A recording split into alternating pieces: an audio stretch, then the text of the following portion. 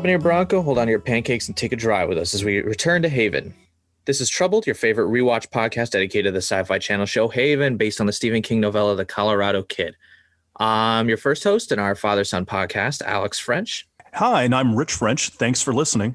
And you can listen to us anywhere you listen to podcasts, anywhere else like Apple, Google, Podbean, Stitcher, anything like that. We're going to have more information for you at the end of the episode or in the show notes. All right, like every other episode, we want to start off with the summary. This one is episode 9, As You Were. All right, so the episode starts with Audrey and Duke on a boat, right? They're heading to, what's it called? Something's Not. Yeah, they're heading to Carpenter's Knot, which Duke's trying to keep it a surprise, but she just beats him down till he finally relents and tells her we're going to Carpenter's Knot, to the hotel that the Carpenter family owned and closed in '83. Which, you know, people haven't been to, but he's like, but you got to see it. And she's like, oh, but you haven't seen it. Blah, blah, blah. They finally get off the boat. They head to the hotel. And they walk into the hallway, and all of a sudden the door pops open. Surprise. It's a surprise birthday party for Audrey. Yeah. And all our cast is there. Everybody, you know, the Teagues, the Chief, Eleanor's daughter, Julia, we're introduced to. She's back from the Peace Corps from Africa, or Doctors Without Borders, excuse me. Yep, Doctors Without Borders, and back from Darfur, even though her mom gets it wrong. Yeah, and then Nathan, who's still a little emotionally distraught, or just emotional over his breakup with Jess. Right, but you know, he gets through it like a man by drinking Jack straight from the bottle and listening to Patsy Cline. Has some awkward interactions with his father. We get to meet the owner, who is Vaughn Carpenter. He seems very nice, and he mentions Lucy, right? That Audrey looks just like Lucy Ripley, who was he says was his friend. So that was pretty interesting. Yeah, and before he can elaborate, he runs off. He goes to the bedroom to talk. Sends his wife away, and he's got to do something because he's losing power. You know, he's losing his control and his strength. He's got to do something now, and we kind of see him start kind of shifting, and his body starts bubbling and shifting and morphing a bit. So then what happens? The power goes out? Is that what's next?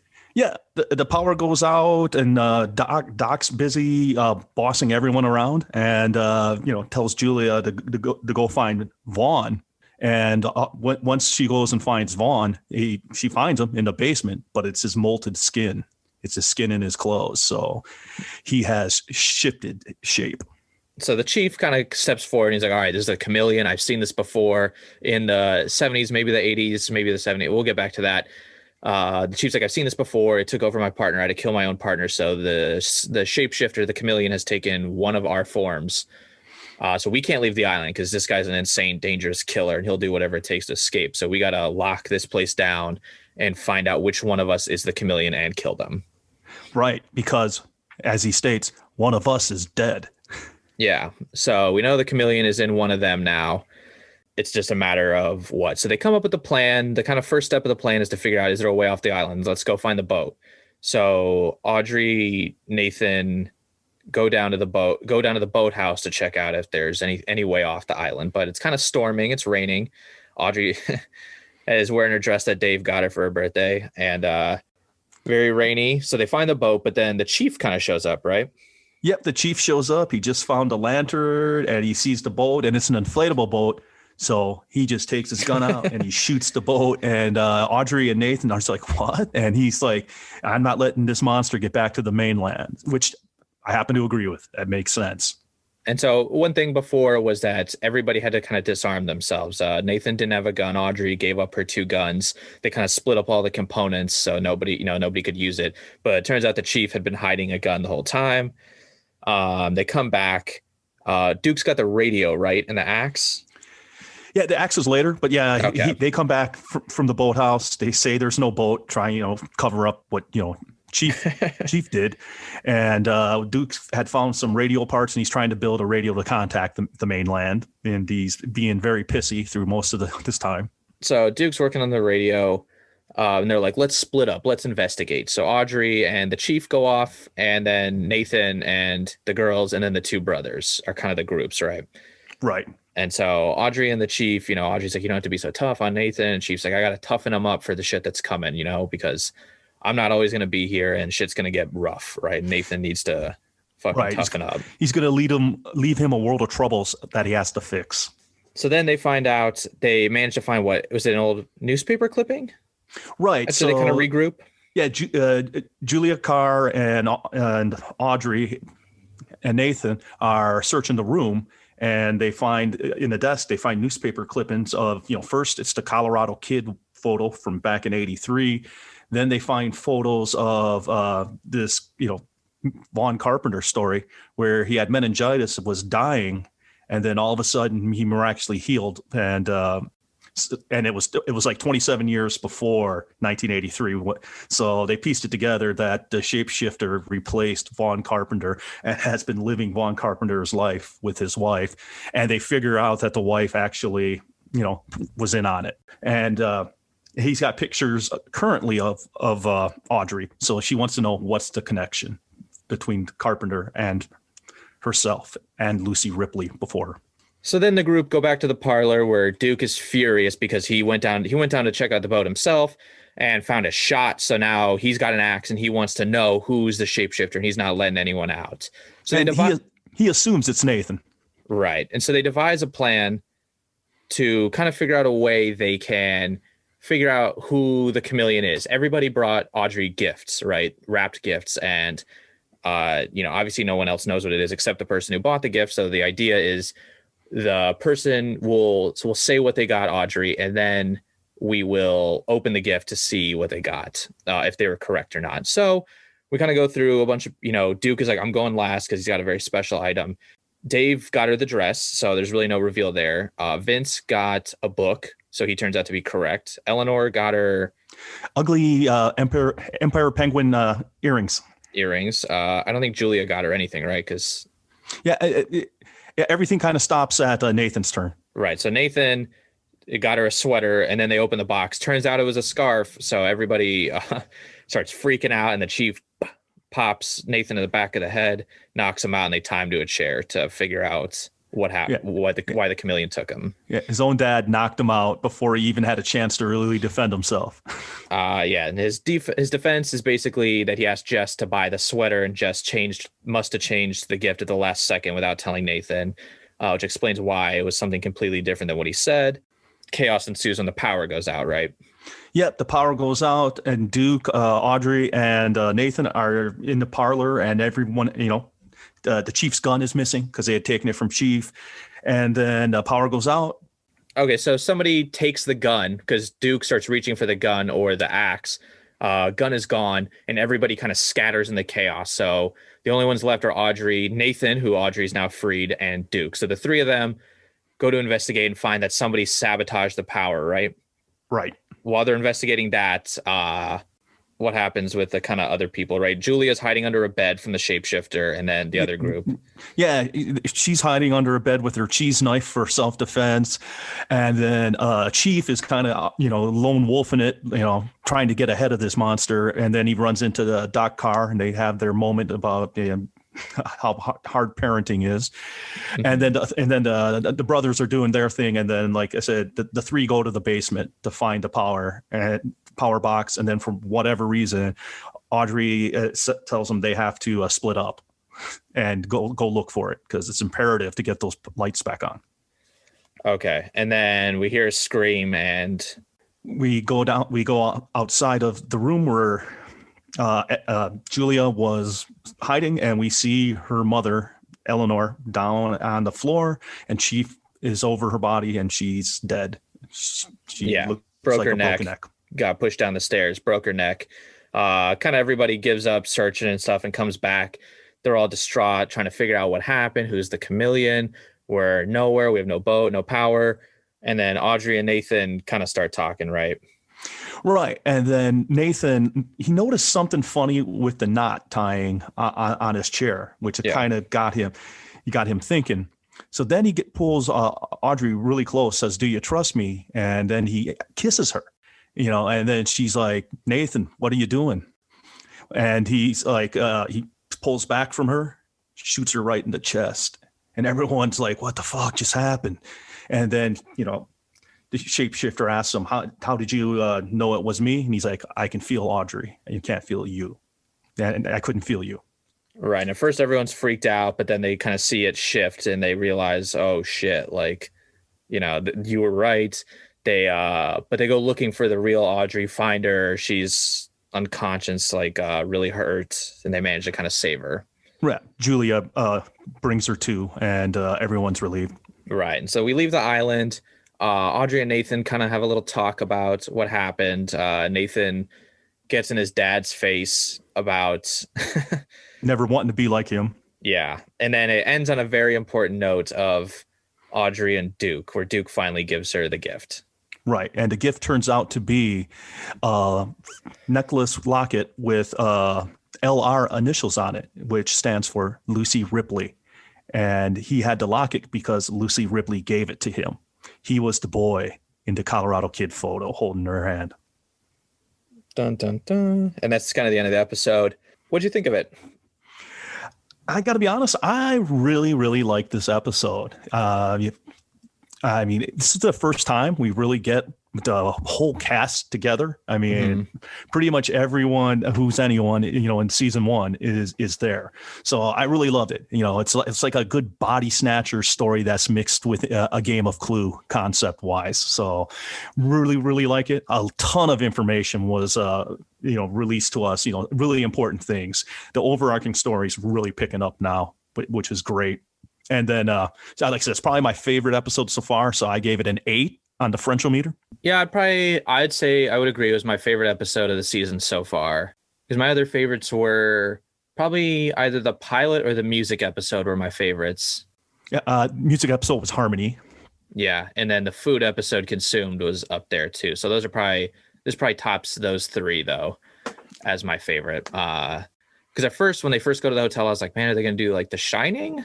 And then once somebody disappears and we know there's a body attached, I'm like, oh no, it's like an Agatha Christie like book in an episode.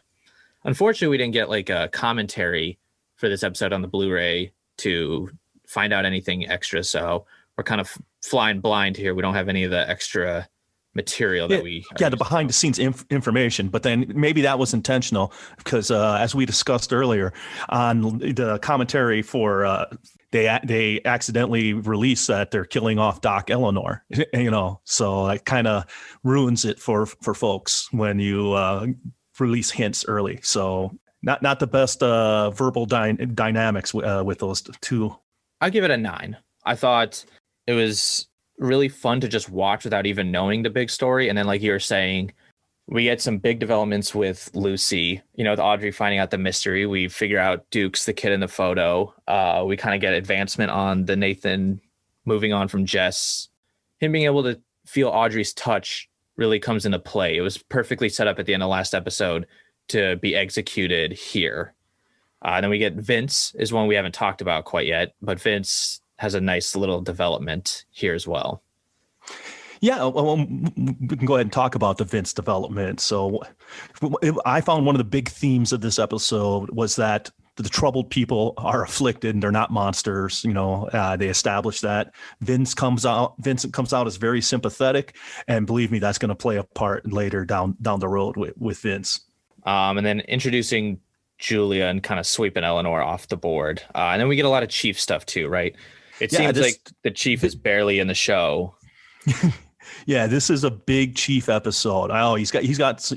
We both had different one-liners we liked. I liked when Duke was acting like he was going to fight him, and he's like, I've coughed out tougher than you. Yeah, whereas my favorite was Nathan fucking tosses his cigarette out. He pulls it out of the Chief's mouth and tosses it. And the Chief just pulls out the pack. He's like, I got a whole pack. Yeah, it was a great episode. Do we want to talk about the Chief now? Yeah, let's talk about the Chief. Do we want to? What do you want to start with? His multiple, apparently ever shifting past. Exactly. Because that was one thing I noticed was his math. I was like, so he says after he got back from Nam, he was a rookie on the police force and he had to shoot his partner who was a shapeshifter. Well, okay, Nam ended in the 70s. The Troubles were like 75.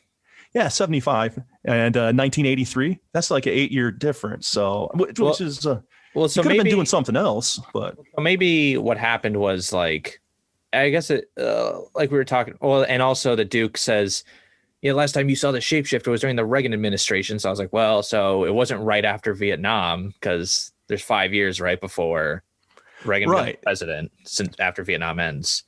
Right. So, this happened in 83, because that's the assumption we're making, is that, he was addressing the troubles in 1983. And that means what he was doing for, the previous 8 years or so. What I was thinking was maybe the troubles started. So the troubles have started in the show, but obviously the show goes on for 5 years. So the troubles are ongoing, is a 5-year process, right? So how do we know in 83 that it didn't start 5 years before that and like hit like fever pitch in 83 is when shit got really crazy. So maybe it started in like 78, 77. See, I think it started in 83 because that's when Nathan says his trouble started, was in 1983. Right, but he could have been a late, because they don't all activate at the same time. That's true. Usually there's a triggering event. Yeah, so I guess it's possible. Yeah, but Nathan's wasn't triggered till and that's probably when the troubles were at their peak. Right now we've gotten one, every once in a while we're getting somebody, but it grows exponentially more dangerous as the show goes on. So maybe it was the same thing. Maybe in like 78, there were a couple of people, and the chameleon was one of the earliest ones that the chief ran into. And then by 83, it was a full-blown pandemic of troubles. Yep, it was trouble-natal. Not as good as Sharknado, but trouble-natal. I was thinking, though, I would totally watch a TV show of the chief in the 70s. That'd be amazing. Killing people with troubles. It'd be a good buddy cop movie, it ends with him killing his buddy. Well, he's avenging his buddy because his buddy was killed by the shapeshifter. So dude, I can totally picture Chief with a 70s stash. Yeah, polyester Levi's work slacks, sliding across a car hood with his gun drawn, and then shooting a perp. I could picture it. Yeah, he's got the cigarettes already. Yeah, I definitely would do that. But, and on a serious note, it really comes clear that Chief does love Nathan. He just doesn't know how to communicate it. It's just not his thing. He doesn't do warm and fuzzy. And he really just wants to, he makes it clear to me that he's leaving. And it's sooner than probably. This is the second time he's referenced that, right? The first time was in the the stuffed animal episode. He tells Audrey, he's like, yeah, well, when I'm gone, Nathan's gonna have to deal with this. And you're like, what are you talking about when you're gone? Like, in this episode, he's really hammering it. So, most likely the chief is not long for being the chief of Haven anymore. Right. So that's the hint he's getting. So I thought that was really cool. And it seemed like the episode highlighted difficulties between parents and their children. And I think both children acted very petulant. I mean, I thought Nathan was a little overboard, but imagine his dad choosing to sacrifice a personal relationship for them. Like, because Nathan doesn't really know all the secrets the chief has. So he doesn't really understand why his father's so distant and why his father's so professional, I guess. And right. And I can't remember. I think it comes out later. There was something with the mom. Just like later, we're going to find out what specifically pissed Nathan off, about Duke. And yeah. So I understand. I understand Nathan's point of view because we haven't seen their whole life, and like the interactions we're seeing are very like, if you live with that for whatever, he's 30 years, 18 under his house, assumedly. I guess he got away for 4 years for college because we know he went to college. Yeah, he's seen worse things.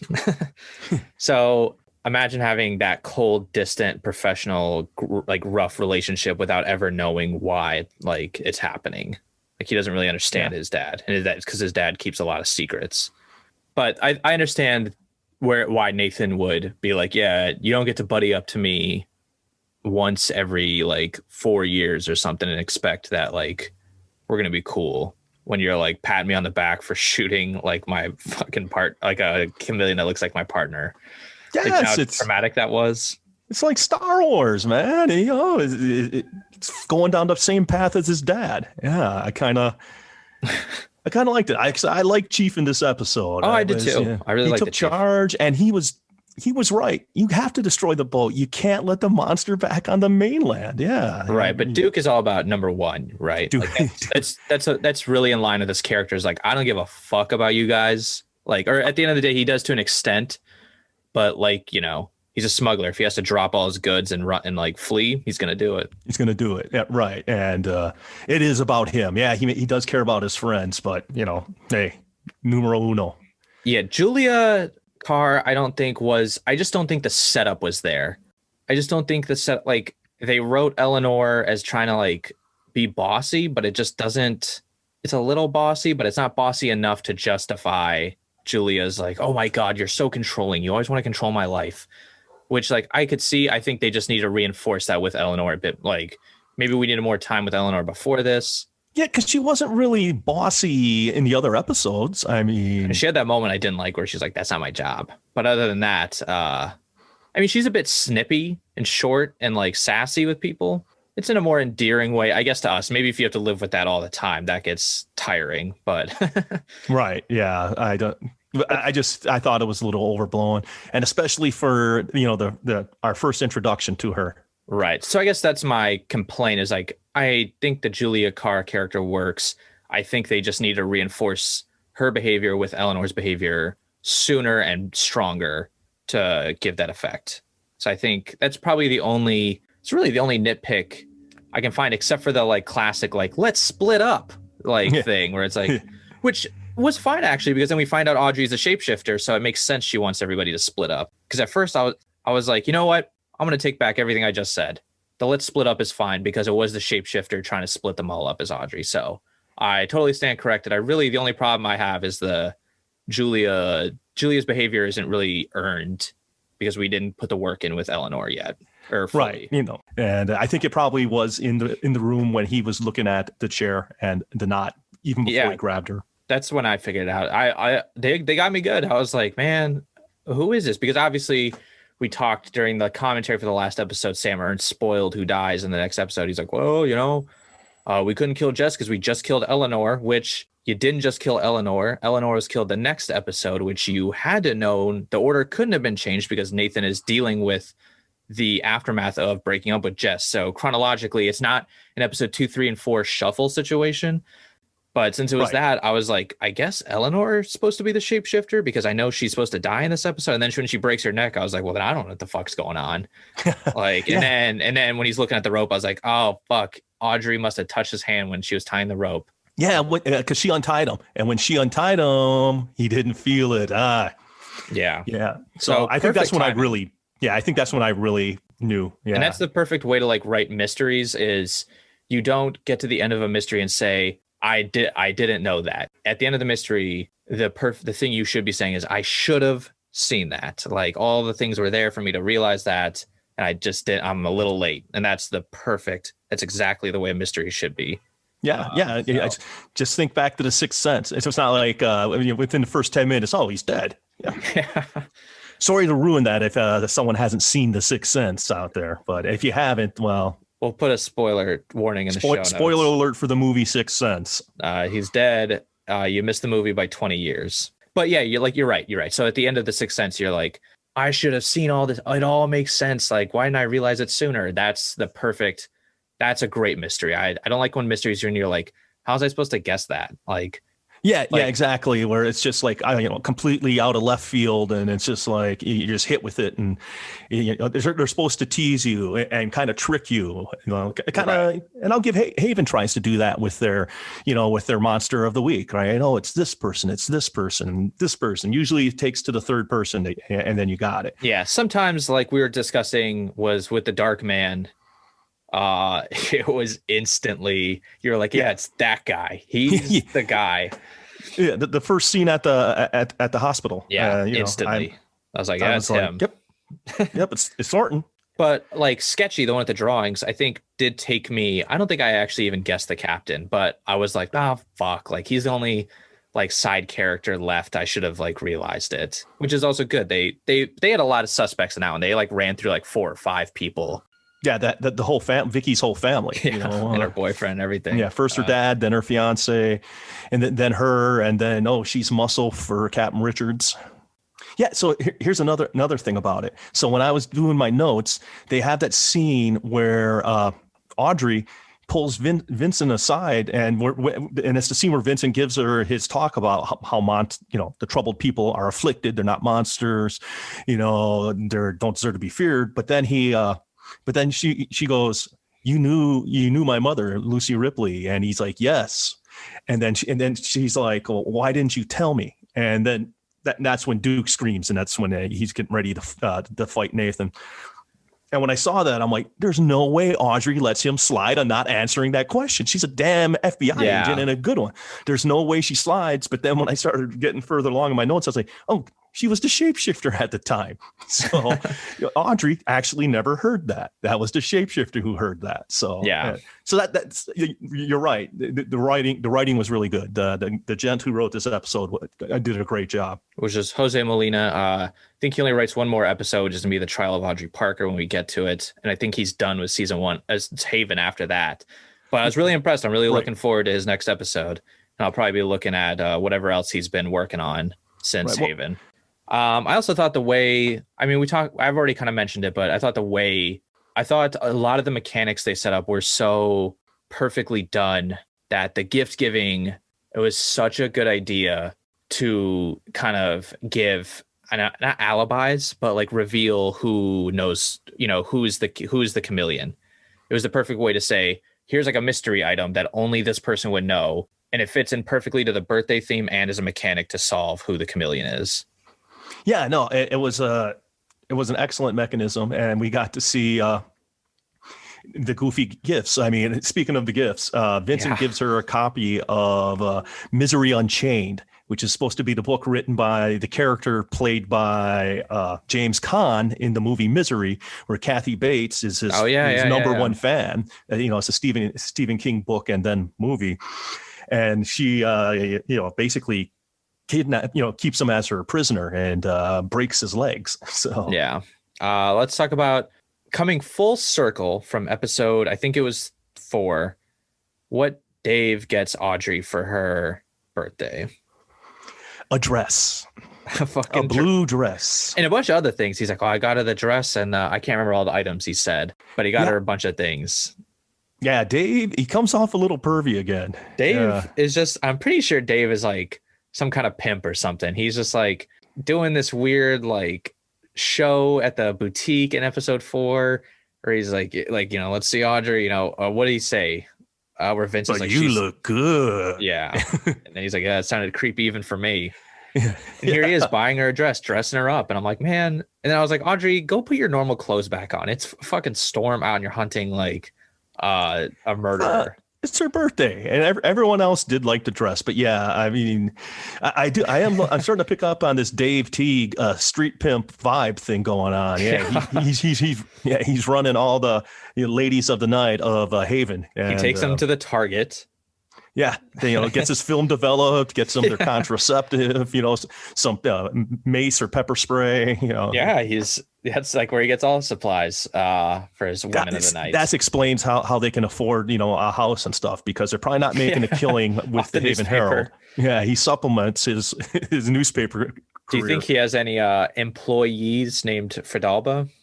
Oh, I hope so. And, yeah, I thought it was just funny that I'm like, Dave, dude, get off the fucking dresses. Stop with the dress boutique and now getting her a dress. God knows what's going to be. It's just going to be shoehorned in where like they're going to be like, okay, Audrey, we gotta infiltrate this like group of people. And he's like, all right, well, I got this perfect dress for you to wear, Audrey. And it's like, no, damn it, Dave, stop with the dress. No, I think what's next is, Audrey, you're going to have to infiltrate this gang of prostitutes. So I bought you this lingerie. You're going to have to sneak into try it on. So you're going to have to sneak into this bedroom. Blah, blah, blah, blah. He's going to give her the address. Like, this is your house, Dave. And he's like, well, wrong address. Yeah. But it's pervy, but it's fun. I mean, it was. Yeah. What about Eleanor not being able to tell the difference between? Because she gets the organization wrong too, right? She says Peace Corps, but it's Doctors Without Borders, and then she says Darfur. She thought it was Ethiopia. She thought it was Ethiopia when it's Darfur. Yeah, and that was. I think they were trying to make it look like she antagonizes Julia, and because like once again, she's not really bossy, and Yeah, it just wasn't set up well. she's snarky, but that's her shtick. And basically that's how she copes with dealing with the troubles is, she uses her humor to do it. And I would say maybe that's just like not Julia's personality type, but she gets along with Duke very well, who is also snarky and biting, Because I was like, maybe, Eleanor's personality is more fitting to Audrey because that's how Audrey is too. And maybe that's just the opposite of Julia, but Duke is very similar and Julia enjoys that. Well, yeah, they dated, and that was an awkward as fuck scene. Let me just say the like Duke being like, she was in love with me back in the day. I was like, dude, what are you doing? Like, what the fuck? Who does this? I guess it's fitting for Duke because I was like, this is very immature, man. It almost felt like he's a sailor, man. He's a port in every town. He's docking in many ports. I felt like it was maybe a move to like make Audrey jealous, where he was like, yeah, Julia was really in love with me back in the day. What do you think about that, Audrey? Like a lot of girls like me. For some reason, you're not swooning like most are. So that was like my thought on what Duke was kind of going for there, because it felt really awkward. I was like, okay, we get it. Like there must have been a much more organic way for Duke to mention that him and Julia used to like date, or at least she was interested in him, than this. Yeah, it was kind of awkward. It was uncomfortable. I felt uncomfortable for all involved. Yeah, I was like, and I know it's a TV show, but I still found it uncomfortable. And yeah, Duke was also on one this episode. He was irritated to high hell, like very quickly. Everyone's like, oh, it's kind of a scary situation. Duke's like, no, we need to get the fuck off this island right now. And like he went to 11. Yeah, right off the bat. 11 right off the bat. Yeah, it was 1 to 11 in like 2 minutes. Yeah. I mean, in his defense, he did find a skin. I guess we should also be looking that everybody else didn't jump to 11 when they should have. Vince and Dave are always like, oh, well, kind of don't take it as seriously. Yeah, I wouldn't take my body if I was a shapeshifter. Yeah, that was a fun scene. Yeah, no, that was funny. But yeah, that's what I mean. That they were doing their shtick, relief, their shtick, and it works. It was good. It was like I said, it was a fun episode, and maybe he was all ramped up because he had such a special gift for Audrey, and he was going to give her some very important news. And I think it's also the idea of being trapped, right, for Duke, because he's a man who gets to go wherever he wants, whenever he wants, and he's a man of the sea. He gets, he's always leaving. He's coming and going. He doesn't want to be tied down by like a relationship, like friends and stuff. That's all. He kind of keeps everything at arm's distance so he can always be moving. And I think the idea of being trapped is probably what had him skyrocket to, I'm going to fucking cut off Nathan's head with this axe. And it totally blows that Doc was killed. Yeah, I miss her character, and I'm like, did they kill her because they wanted to have an excuse to add a female cast member close to Audrey's age? For like a love square. Duke is interested in Audrey, and then Julie would be interested in Duke, but now Nathan's interested in Audrey. Audrey's interested in nobody at the moment, which is it makes it fun. Yeah, fun to speculate. I'm sure there's some fan fiction on all of that too. Well, I wonder what the plan was for Eleanor. Like, was she a character they really only wanted for like 2 episodes, but then they were like, you know what, we like having her around. And then they're like, but we don't really know what to do with her. And they maybe had plans for like Julia's character. And they were like, we'll make them mother and daughter to kind of link them and then use this to sweep Eleanor out and bring in Julia. Yeah, because if we kill off Eleanor, then Julia will feel compelled to stay. And we have a better excuse for why this character wasn't around, right? Because if she was like, oh yeah, I've been in Haven this whole time, but I haven't really talked to you, it's kind of like not weird because but like this is a nice convenient access to the character. It's cleaner. Yeah, and so I would guess that is what was going on. But it sucks losing Eleanor. It was nice, but that's also part of like storytelling, right? Is she was somebody that Audrey was comfortable with, and that was making Audrey feel better. And you got to take away all the good things from your heroes over time, right? You got to keep stripping away at them until there's nothing left, and then you see what they're really made of. Right, and she was a mentor to Audrey. Yeah. So it kind of sucks for Audrey. Obviously, it sucks for Julia, but and I think it's the beginning of a like. This upheaval of these new set of troubles is a transition is coming where we're pushing out as the chief is also alluding to, the old guard is kind of getting swept away, is losing their grip, and like the new people are going to have to, Eleanor is teaching Audrey, the chief is trying to teach Nathan. Vince Dave they're running a side gig with prostitute. They're like, wait, we're trying to get this prostitute ring going, so if you guys could take over the troubles, that'd be great. Yeah, I think Vince is the one who kind of like talks more to the girls, and Dave's the evil genius. I thought we established in the Succubus episode that Dave was the player at the bar and that Vince was the the wingman. Yeah, but they would have to have pimp names, I think it'd just be the main men, like instead of like main man. Yeah, but they had to call one like Silky, and Diamond. I don't know. And we already gave them the Yellow Peril Twinkly and the Lion Master. They already have their pimp names. Lion Master definitely works. I'll say one last question I had for you is when Nathan is first coming into the parlor, when they initially get there, what's up with the cat mask? Was that Nathan's? Because I caught it, but I didn't know who was wearing it. Nathan was wearing it. I kind of looked away for a second, then I looked up and I was like, what the fuck? And then I was like, I don't even realize that. Well, I have no idea. I feel like that was a Lucas Bryant idea. Yeah, after seeing some of the videos like Haven Dance Party and shit like that, and at Comic-Con, that definitely after seeing the Haven Dance Party. Well, don't spoil. Yeah, don't spoil. I'll put a link in the show notes. No, I won't. You can watch the Haven Dance Party, so you can see Lucas Bryant's sillier sense of humor. Yeah, he's very different from Nathan. Yeah, he looks like he'd be so fun to hang out with, but yeah, that cat mask, I was just like, what is that about? Why would it's a birthday party? I bet he wanted to kind of surprise someone, so I bet any money he was like, let me wear this like silly cat mask I found in like the prop stuff, and they were like, okay, whatever. Yeah, we'll let Lucas do what he wants. Yeah, or maybe that's one of the reasons why I wanted a commentary. I wanted to hear what they had to say about that. Maybe he like wore it in a take that was like their best take, and he wasn't supposed to, and they were like, fuck it, just leave it. Who cares? Like. They're like, nah, none of the other takes are as good. We don't have the money to go back and reshoot that fucking scene. Shot. I'm starting to wonder if we could see like some cut reels where of the gags that later Lucas has towards the end, we're gonna do a little deep dive on the special features on disc 4 once we get to it. Real quick, this isn't really on the subject of the show, but for the Blu-rays, is it me or is this fucking these cases absolutely insane? How you get the disc in and out. Oh my God, mine's broken. I mean, it's not broken. I don't think they're broken. They're fucking it's really hard to use though. They are really hard to get the discs back in. I figured it out, but I was sitting there for like 20 minutes being like, I'm going to break this fucking disc in half if I'm not like, I don't know how to get this back in. I figured it out, but man, is it a motherfucker to put that disc. Whoever made that is an idiot, is an asshole. Yeah, because you could solve a Rubik's Cube faster than you can put your discs back in the case.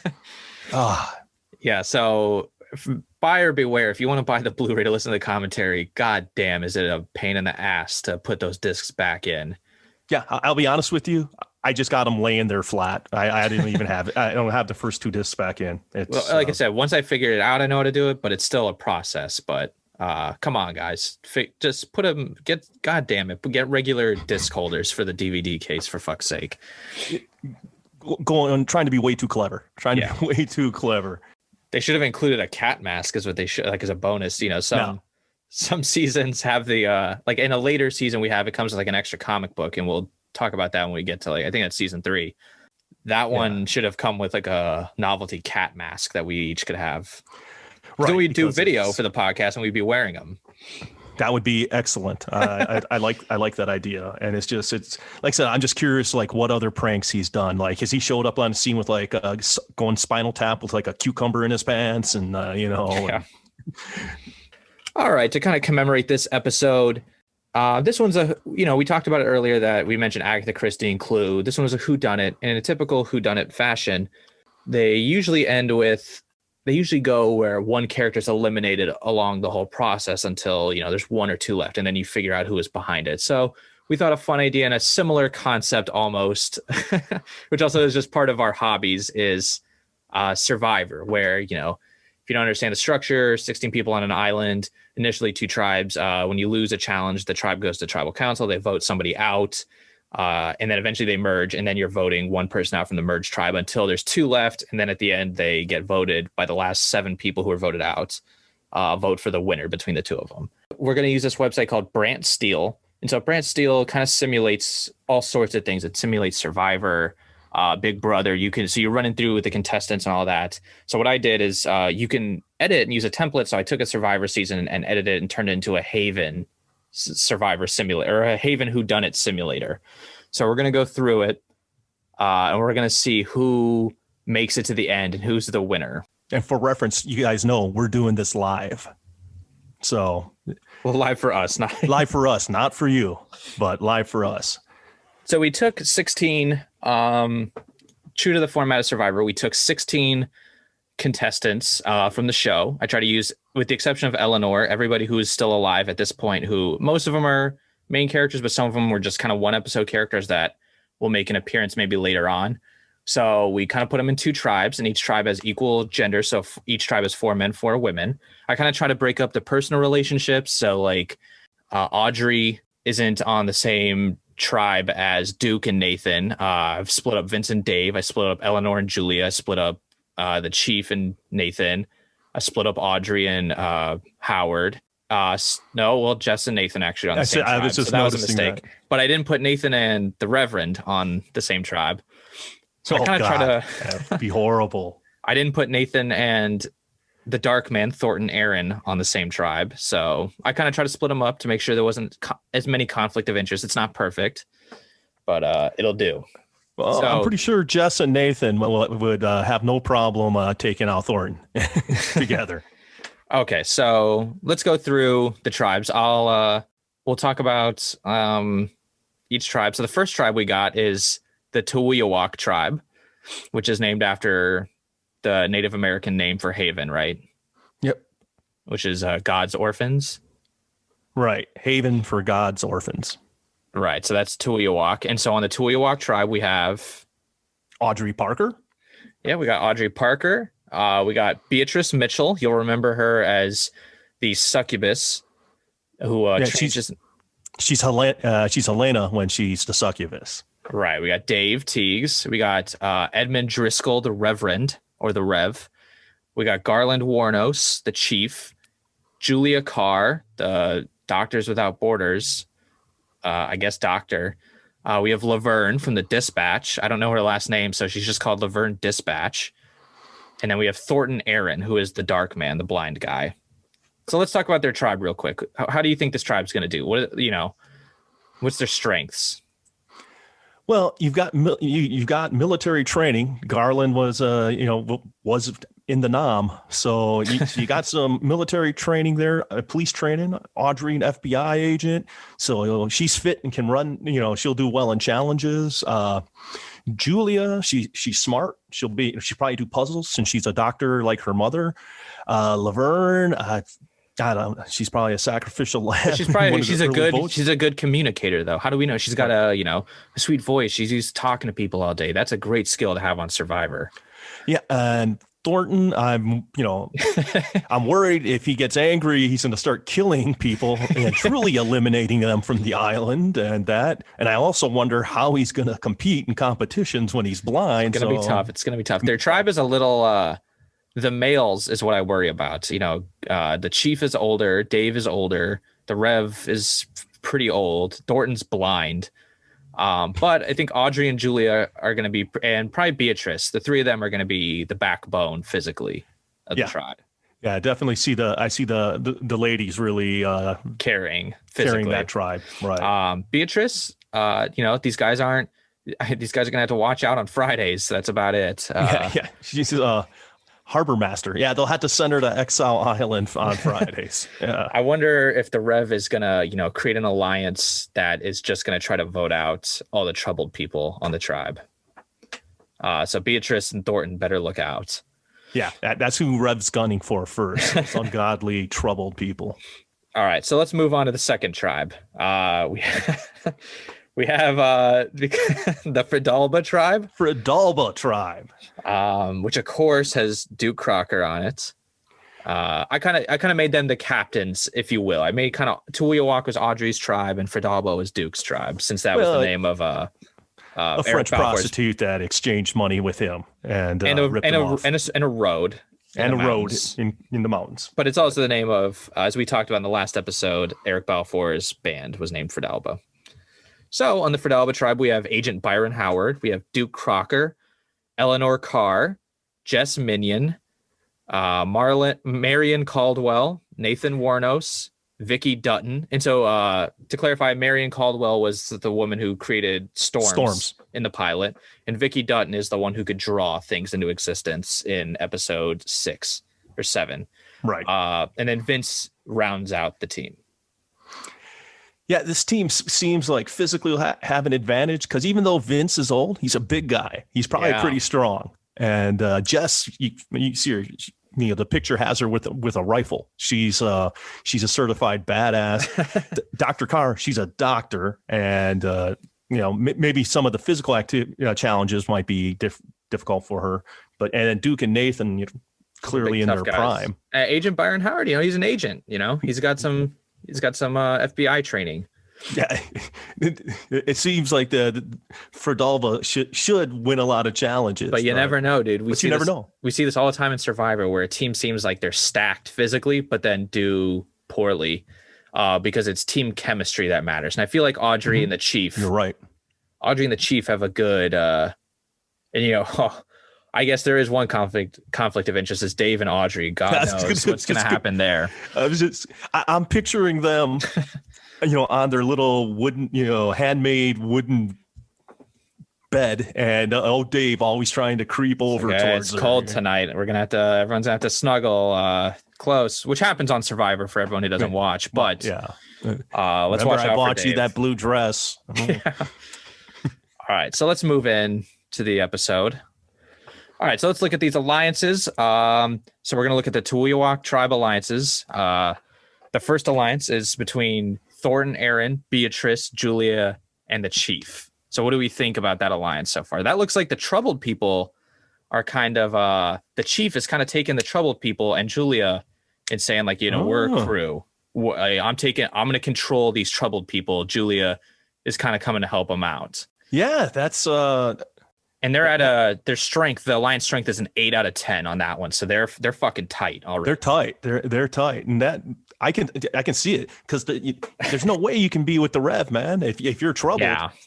And then you can see their loyalty rankings. So we can see that the Chief and Julia are 9 out of 10s. They're very loyal people. Beatrice, the succubus, she's pretty loyal too at an 8. Thornton Aaron, though, he's a 5. He's a free agent. He's kind of like, I'm not sure how I feel about this, but I'm in because I'm not joining the Revs alliance, which is the second alliance, which has Audrey, Dave, Laverne, and the Rev. And the Dave is very loyal, but the rest of them are not. They're all middling numbers 5. Yeah, Dave is loyal to Audrey. Yeah,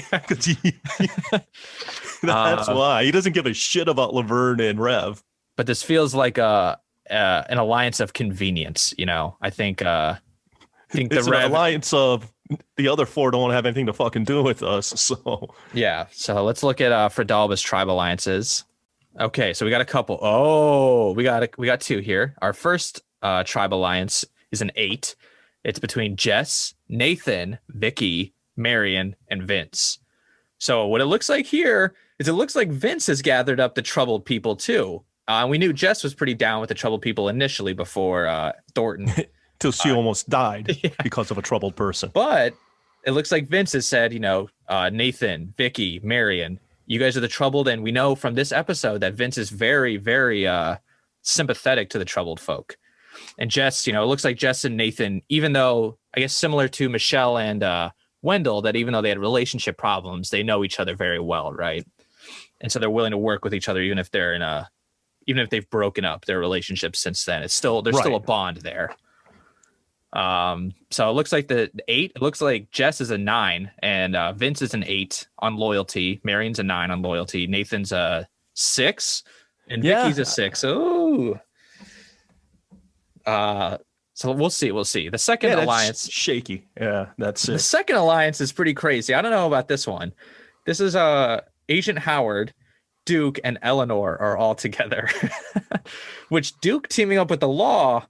I don't know about that. That's super sneaky. It's super sneaky. No one would expect, a lead FBI agent. And they all have a loyalty of 8. They're all like down with each other. And then, and then you got Eleanor, you got your mastermind. Yeah. I'd like to see Byron Howard cut loose. Let's see him go crazy. And this is a sneaky good alliance, though. I mean, a doctor, good. FBI agent, and a smuggler together. They got some really good skills. Duke's kind of the smooth talker. I bet he can convince he's going to find an immunity idol. You just know Duke's going to find it. Duke's going to find it. All right. So let's move on to our first immunity challenge. We're not going to go through what the challenges kind of entail because they're specific to that, but in this lengthy. In this first challenge, it's a physical one, and Fredalba wins. That's Duke and Nathan's tribe. They also win 50 waterproof matches. So that means since they won, Tuwiyawak has to go to tribal council. So tribe events, the chief isolates himself from the rest of the tribe. No one wants to align with him. So it looks like his previous alliance already has the troubled folk have already turned on him. Meanwhile, Agent Howard and Marion have teamed up, nicknamed Marion Storm here for anyone. Perfect. Because she causes weather problems. So let's go to tribal council since that's on an irrelevant tribe. So we go to the Tuwiyawak tribe. And let's look at the votes. First vote goes to Audrey. Second vote goes to Audrey. Third vote goes to Julia. Fourth vote goes to Julia. Fifth vote goes to Julia. Sixth vote goes to Julia. Seventh vote goes to Audrey. And the 8th vote goes to Julia. The final results are 5-3. Julia, the tribe has spoken. Let me snuff out your torch. Well, I hope you enjoyed episode 1 of Haven Survivor. I thought it was very entertaining. And if you want to enjoy the entire season, we have recorded it. We have a bonus episode that will be dropping at the same time as this episode, and we'd love you to check it out. I think it's very entertaining and might be a lot of surprises, and it's a lot of fun along the way. But that's it for this episode. We'll return to the town beneath the town in 1 week. The quickest way to reach us is by email. You can contact us at troubledrewatchpod@gmail.com. Once again, you can find us on just about anywhere that you listen to your podcast, like Apple, Google, Spotify, Amazon, Podbean, Stitcher. We're also just freshly added to Listen Notes, Deezer, iHeartRadio. We'll also have the podcast up on YouTube and Vimeo eventually, if that's all that is available to you. And it really helps us when you hit like or subscribe, and even more on Apple or other places that you can to leave a review. If you want the podcast straight from the source, you can visit us at troubledpodcast.com. We'll have all our episodes, news, and the like all in one place for you. And if you want to follow us on Twitter for updates, you can follow us at Havens Troubled. That's a capital H and a capital T. We love making the show for you, but there are costs, and we'd love to upgrade some of our gear and services for you. So we're asking for your help. We have a Patreon page linked in the show notes. If you become a patron, you'll get exclusive bonus episodes in a series called Troubled with Extra Syrup. This month's episode, we did an album review on the soundtrack to Haven Season 1. We took a look at all the pre-existing music, or took a listen actually to all the pre-existing music and compiled it into an album and covered it every which way you can imagine. There's a Colorado Kid episode. We've got our 3rd episode planned for this month coming out soon. We'll tell you that probably next episode. We also have the other patron item we mentioned was you get your own Wu-Tang Haven name when you become a patron. We're always excited for listener feedback, and we love to hear from you, whether it's criticism or praise. We want to interact with the fans who are listening. Thank you for listening. My name is Alex French.